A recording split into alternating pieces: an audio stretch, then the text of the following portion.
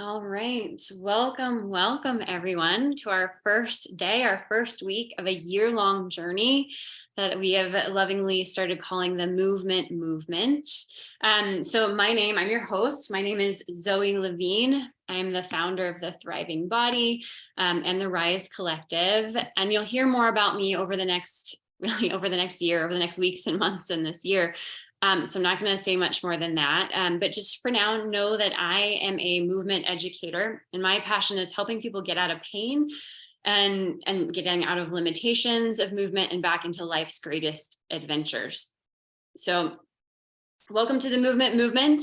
We're essentially here because I like to say modern living is just not conducive to a pain-free, active, healthy lifestyle.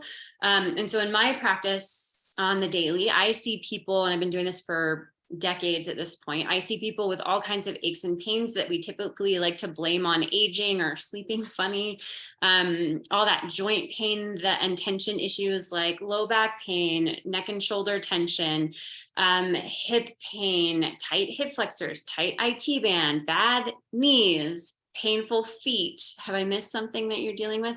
Any sort of back pain? Did I say low, mid, upper? It doesn't matter. Back pain, shoulder pain. So all of those things, people come to me in my practice and I help them get out of that pain. And just in the chat, are any of you experiencing anything like that? Aches, pains, tension patterns that you notice, tight things that you wish weren't tight? Just, you can either yes. Okay. Yes. Say so in the chat, feel free. And even if no, before I say that, the biggest factor in 99% of all of that stuff that we deal with as we're getting older, and it's just how it's got to be because I'm getting old, whatever. I hate hearing that. 99% of all of those issues that I see in my practice are actually coming from simple things like alignment, daily habits, and movement patterns that we have a lot more control over than we think. So those pain points that I see walk into my office are rarely a surprise once I see how people are moving, how they're sitting, how they're standing every day.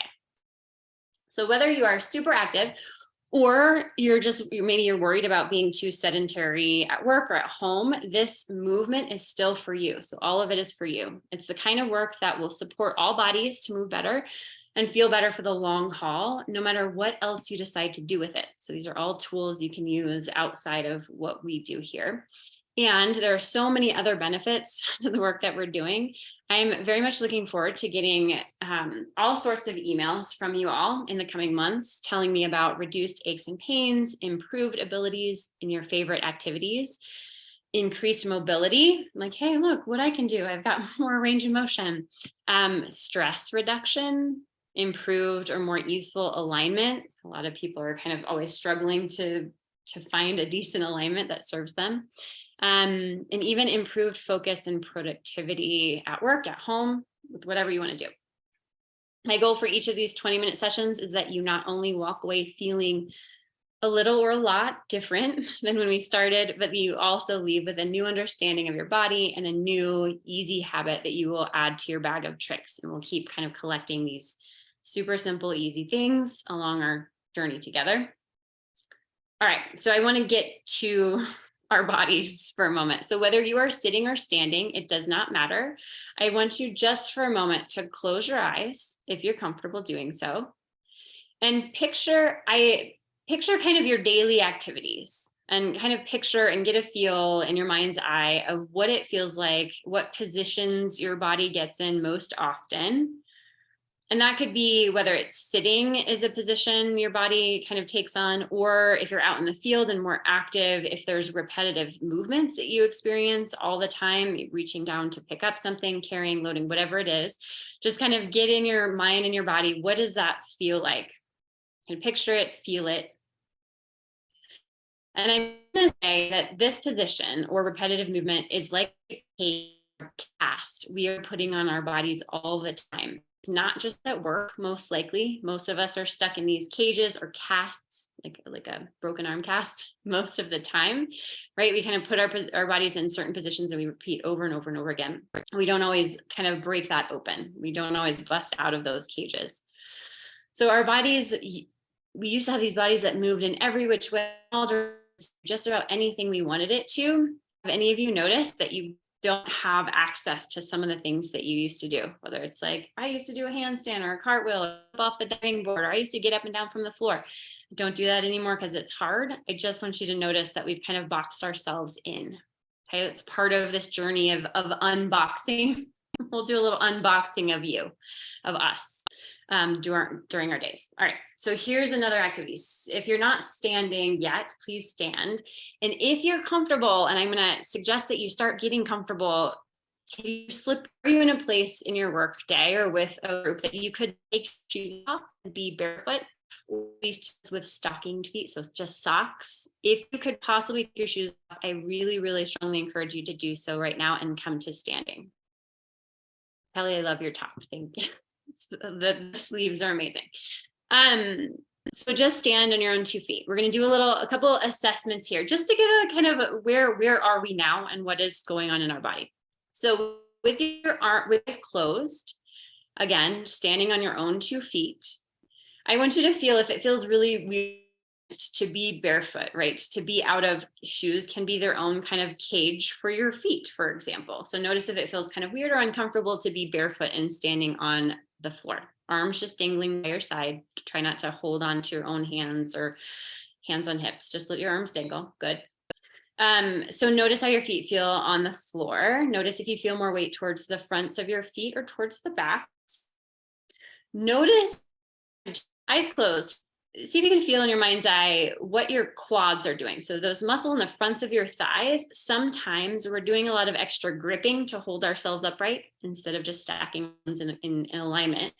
So notice if you're squeezing your kneecaps a little bit or your quads feel like they're tight. See if you could let your kneecaps drop or relax your quads. That's a good sign that you were gripping. Notice if that's a pattern for you. So that kind of gripping in the fronts of the thighs to hold yourself up. It's not ideal, often associated with that hip flexors, knee issues.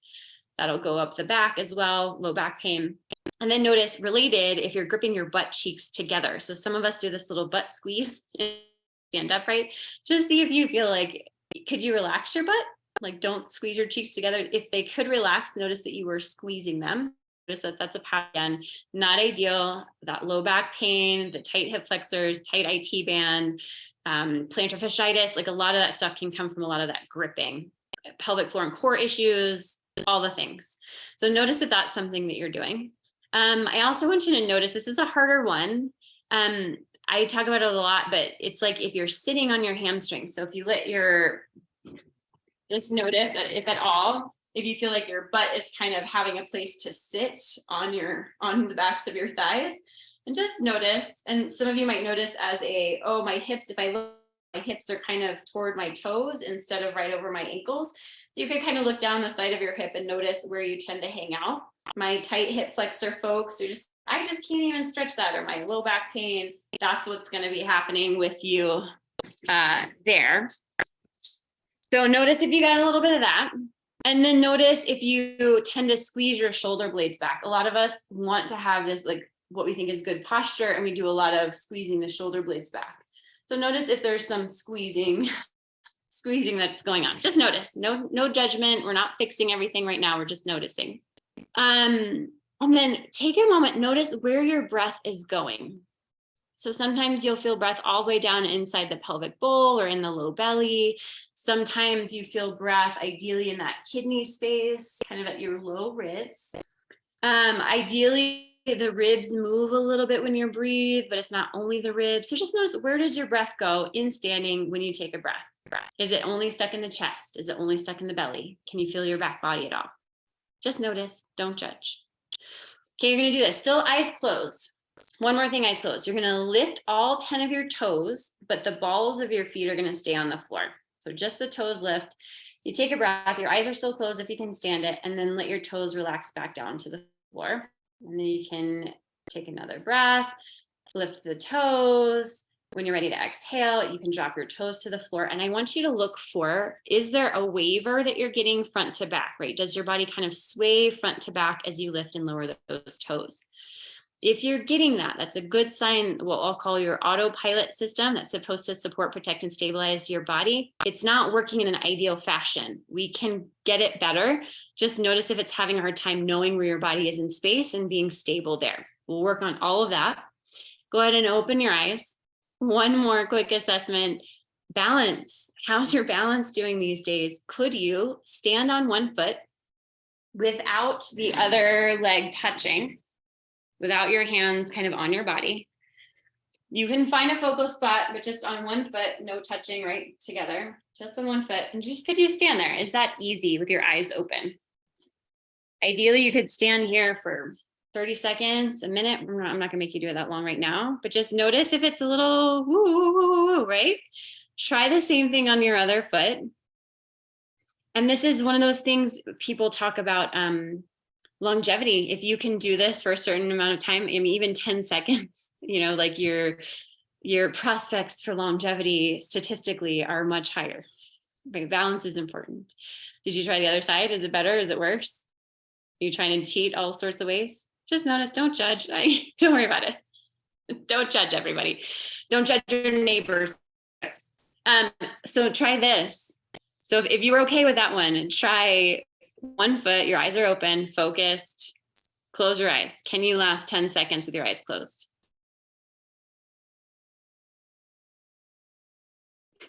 Don't rush into each other. Oh, it's hard. Switch sides. Try the 10 seconds on the other side. I think I counted about 10. Try your 10 seconds on the other side. This will and can improve when it doesn't take that much. And one side, you probably can't just naturally. So notice if you're wobbly, that's fine. Just notice, right? If that's off, again, your body's just having a hard time organizing itself. We can get that better. And it's not your fault. I'm going to blame it on just our environments and life days. Okay. All right. Here is a tricky one that not all of you will be able to do, but I want you to try if it's possible. So the idea is if you're in a place where it's okay, like you're not wearing a skirt or whatever, there's a lot of limitations in clothing or space. Could you get all the way down to the floor? Like just get down as if you were going to sit on the floor. Just get all the way down to the floor. If you can. Yep. Excellent. Good. Now, can you get all the way back up off the floor? And notice if there's a tendency to be like, or ooh, right? Get all the way back up. Yep. Any way you're going to. Okay. Notice how that feels. I'm going to have you, could you get back down to the floor in a different way? And again, if this is too much, if you're like, my knees can't handle this right now, fine. That's fine. Don't do it. If you are able, if you're capable, get back down to the floor again. Notice, I know you're like, I don't want to, notice all the different bends and folds that your body needs to do in order to get down there, right? That you don't do when you're just sitting in a chair, and then come all the way back up to standing. Notice the strength that it takes to pull yourself all the way back up to standing. So if you're able, continue several more times to get all the way down and all the way back up. Again, this isn't going to be for everybody. We're not all there yet. You get bonus points if you're not making a sound of like, you get double bonus points if you could do this like 8 times in a row. Triple bonus points if you could do no hands. That's another sign of longevity, right? There's been lots of research around this of folks that can get up and down from the floor, especially no hands. It's like that longevity piece keeps getting higher. But if you can't do it, it's fine. It's just now. We'll get there. All right, everyone's pretty tired of getting up and down off the floor. We hate it. Yes? Okay, that's fine. We're done. That's one of these movement vitamins that I'm going to be sharing with you over time. That's like, oh, we've given up that ability. When you were younger, getting up and down from the floor, no hands was not a big deal. Now it's just hard, right? So I just want you to notice that. Notice balance might be hard. Notice the getting up and down from the floor might be hard. A squat. So I know some of you are in kind of an open space. Some of you are in a situation where you could have a chair, but we think of a squat right now as this kind of thing, right? Which already might hurt your knees and your low back. So notice if just doing this part of a squat, it's like, oh, my knees and low back can't do it. That's fine. Don't move on. Ideally, most of us could get into this kind of deep squat, right? I understand we're not there yet. If that's not something that's accessible to you to get up and down from, just know that we could get closer to that. And that's a movement vitamin that we're missing. All right. That's a big one. That let's not make everybody feel bad about that one. I don't expect most of you to be able to do that yet, just to notice. Okay. If you have a desk or a wall, grab a desk or a wall. Last thing, because it feels good, my favorite stretch at work. I'm gonna use my chair as my desk or wall. Just finding that hamstring length. So you can find the fold from your hips. This is I'm gonna have to ask you to stick your butt out a lot at work. So we're just gonna have to get comfortable with that. But just the idea of finding either wall to push up against or finding that fold here and just finding a space to hang out. If you're at your desk, you kind of have your forearms on your desk and just hanging out. What I'm looking for though is not this curve in your spine, but a little bit more of a tail out. So just hang there. You can kind of play around there. This space in the pelvis, often we've given up, right? Instead of using the pelvis to do the movement, it's a lot of back work. If you got back pain, it's probably coming from there, and we got a lot of short, tight hamstrings. So notice if that's a thing for you. And then come on back. And I'm going to share our exercise for the day to finish this up. So a lot of assessments as movement today. The habit for the week is making room to breathe. So along the theme of busting out of the cages, we put our bodies in. The ribs and sometimes the core and pelvic floor become their own cage.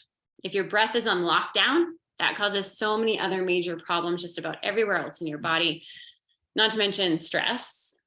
So your breath is at the center of just about everything. And it's always the first place I start outside of the feet, which are your body's actual foundation, which we will be dealing with more in the future. So here are a few ways to start to open that space to find a breath.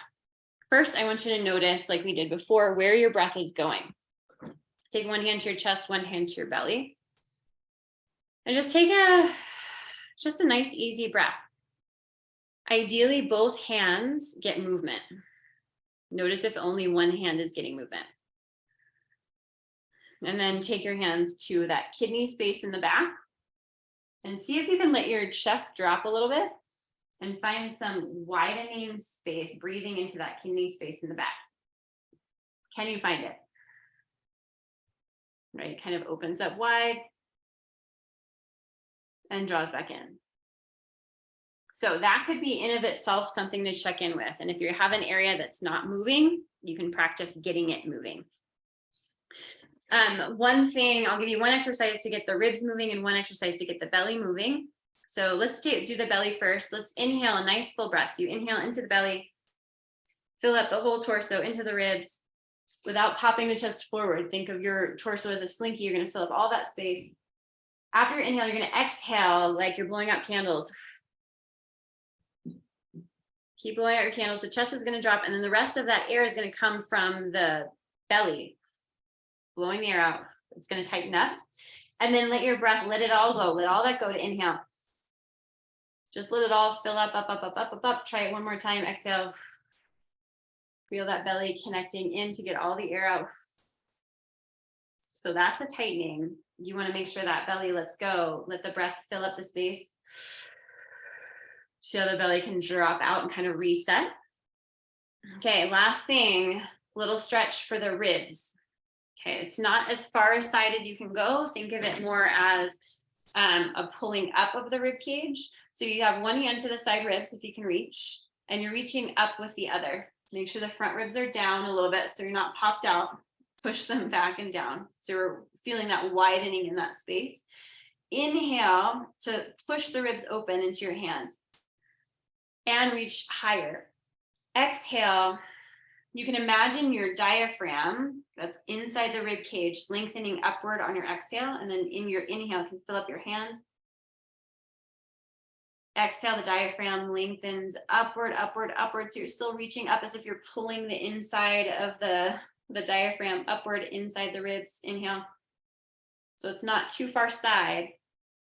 And then exhale, let the diaphragm reach, reach, reach, reach, reach, reach, reach, reach, reach, reach, reach. Drop the arm down and just take a breath and see if you feel a difference side to side. That side that we just opened up, does that feel like you have more room there? Easy, natural? You feel a little lopsided? Yeah, good. It's because you're doing something. Same thing, other side. Take that rib. So it's an up and slightly over, but it's not a huge reach. We'll do more big stretch. It's a little bit different. So it's like you're reaching up and the ribs get to push out just a little bit. Inhale, fill the space. Exhale, reach higher. Let the imagine the inside doming of the diaphragm kind of coming up inside all sides of the rib cage on the exhale. Inhale, you fill the space. Exhale, let it all float up. Last one. Notice I'm just doing 3 times. You could do it longer. You could do it 3 times and that's it. Fill it up. Let that diaphragm get taller, taller, taller, taller, taller, taller inside. Just imagine it. And then let that arm relax. As you notice, if you feel a little bit more even, a little bit more breathy space there. Just a few reminders to close out for today. That's one easy habit for now. It's just making time and space to breathe, getting in the habit of taking breaks. I'll have a little write-up as a reminder. I'll have some handouts as reminders. And just remember, we're in this for the long haul. This is just one little tiny piece to a really long, beautiful, transformative journey. The habits and ideas that we'll work on together absolutely have the power to transform all of us and the way we move and interact with the world if you stick with them. So if you start bringing this into little habits during your day, we'll talk more about how to do that better as we go. And then the way we're doing things like this slowly over time is the best way to learn this sort of thing, right? So they stick. So our motto will be small changes, big shifts. And I'm so excited to see what might be possible for each of you throughout this year. So thank you for joining us. I'll be more precise with our time when I don't have to do as much intro next time. Thank you so much for joining us. And let me know, I can stick around for questions. If you want to pop in and have more questions, I think there's some in the chat I can answer as well. If we don't squeeze quads, how do we stay up? Oh, thanks so much, Kelly. Thanks, Jeannie, for showing up. I don't know everyone's first name. Janine, hi. Rachel, hi. Thanks for joining. Nathan, I think I said hi to you in the beginning. Susan, hi. Hi and bye. And the quad thing, since that's a question, how, if we don't squeeze our quads, how do we stay up? So eventually we'll get all of us to this place of it'll feel like we're stacking our bones rather than having to hold on for dear life just to stand upright. So it's just a sign. It's like the wrong person is driving the bus in that scenario, right? There's other things that will help you, deep stabilizers that will help you stand up and feel balanced. Right now, something's just tight, or your quads are fighting against something else, or there's some sort of alignment thing that's leaning or pressing and your quads are holding on so you don't fall over. So they're doing a great job, but we're going to start slowly over time with little tiny baby steps, get things a little bit more stacked so your quads can just be like, oh, it's not my job. This is not my job to hold you upright. So that's all. And again, I can stay if you have any other questions for those of you that are still here. I'm more than happy to stick around and answer. Thank you so much.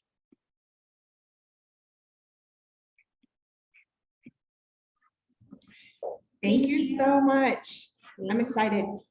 I'm gonna stop recording.